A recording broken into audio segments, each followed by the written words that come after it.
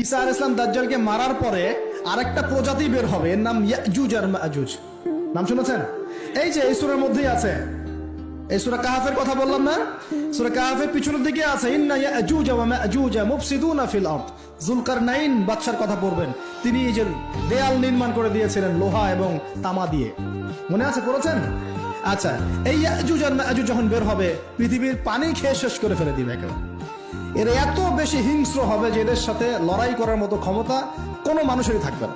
এমনকি ঈসা আলাইহিস সালামেরও নয়। ঈসা আলাইহিস সালাম তুর পাহাড়ে চলে যাবেন মুসলিমদেরকে নিয়ে, তুর পাহাড়ের ভিতরে মুসলিমরা সেখানে লুকিয়ে থাকবে, পৃথিবীর মেসাকার অবস্থা হয়ে যাবে, পৃথিবীর পানি খেয়ে শেষ করে ফেলে দিবে একদম হিংস্র প্রজাতি।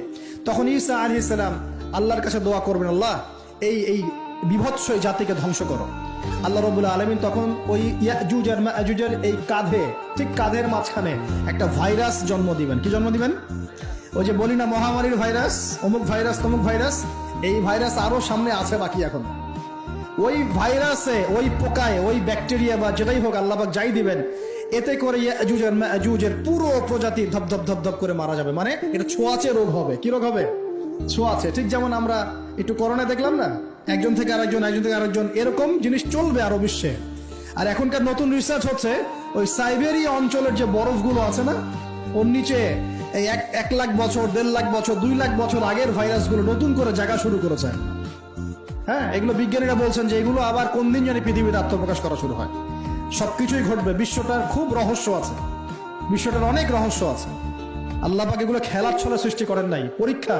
লিয়াবলুয়াকুম আইয়ুকুম আহসানু আমালা, আল্লাহ পাক বলেছেন। এরপরে ইয়াজুজ আর মাজুজের সব প্রজাতি মারা যাবে। নবীজি বলছেন জমিনে কোনো জায়গায় ফাঁকা থাকবে না, সমস্ত জায়গাতেই ওদের দেহ পড়ে থাকবে। আল্লাহু আকবার। এরপরে ঈসা আলাইহিস সালাম আল্লাহকে বলবেন, আল্লাহ জমিনটাকে পবিত্র করে দাও। আল্লাহ পাক কি করবেন জানেন? বড় বড় নখরওয়ালা, বড় বড় নখ আছে, নখ দেখেছেন? বড় বড় নখ, বড় বড় নখওয়ালা একটা স্পেশাল প্রজাতির পাখি আল্লাহ পাঠাবেন। কি পাঠাবেন? পাখি। এটা কোন পাখি, কি নাম আমরা জানি না। ঠিক এরকম করে এই এক শ্রেণীর পাখি আল্লাহ পাঠাবেন যাদের নখগুলো খুব বড় বড় হবে, বিশাল বিশাল নখ। এই নখগুলো দিয়ে তারা দেহগুলোকে উঠাবে, উঠিয়ে নিয়ে কোথায় যে ফেলে দেবে আল্লাহ ভালো জানেন। সুবহানাল্লাহ, আল্লাহু আকবার। আল্লাহ পাক বিশ্বে কত কি বাকি রেখেছেন এখন। এরপরে আল্লাহ পাক কি করবেন জানেন? আল্লাহ পাক বৃষ্টি বর্ষণ করবেন। এত বেশি বৃষ্টি হবে, এত বৃষ্টি হবে, জমিন ধুয়ে পরিষ্কার হয়ে যাবে। হাদিসে আসছে জমিন একদম চকচক করবে, জমিটা পরিষ্কার হয়ে চকচক করতে থাকবে।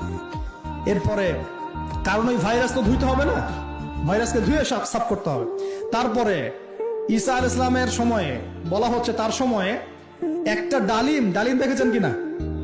আনার ডালিম, এই ডালিমের যে খোসা হয় না, এই ডালিমের খোসার নিচে একটা পুরো পরিবার আশ্রয় নিতে পারবে। কি বুঝলেন?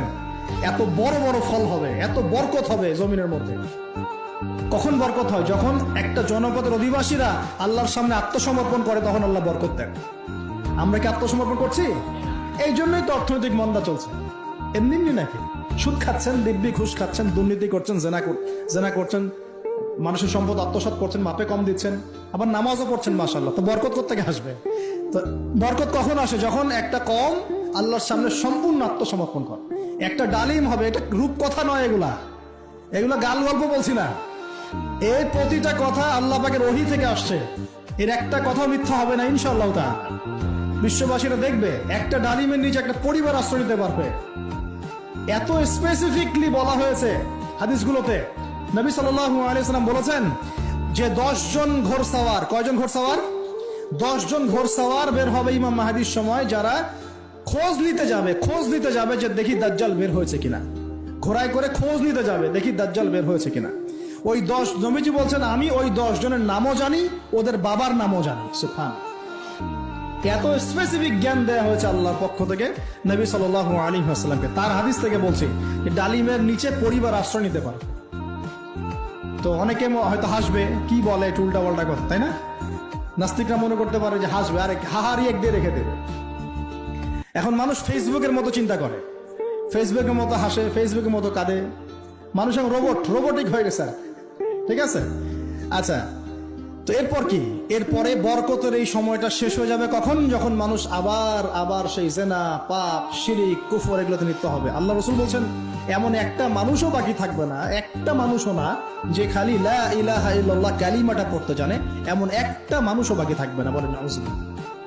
ওরা হবে এই পৃথিবীর সবচেয়ে নিকৃষ্ট মানুষ। ওদের চেয়ে নিকৃষ্ট কোনো মানুষ এই পৃথিবীতে হবে না। এখনো কি এরকম সময় আসে নাই? এখন কি লা ইলাহা ইল্লাল্লাহ আছে না?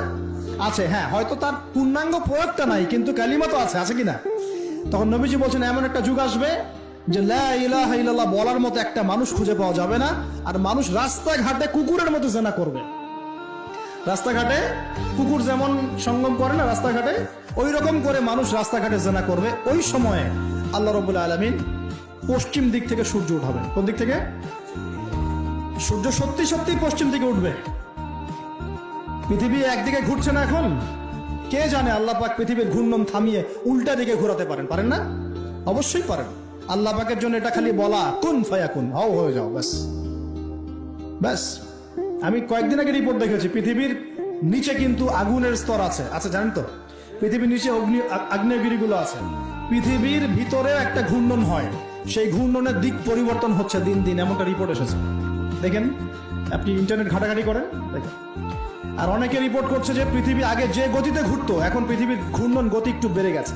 দেখেন রিপোর্ট দেখে, ঘূর্ণন গতি বেড়ে যাওয়ার মানে হচ্ছে টাইম দ্রুত পাস করবে। আর শেষ জামানার হাদিস এটাও আছে যে সময় দ্রুত পাস করবে, আছে না? এটা হাদিস আসছে।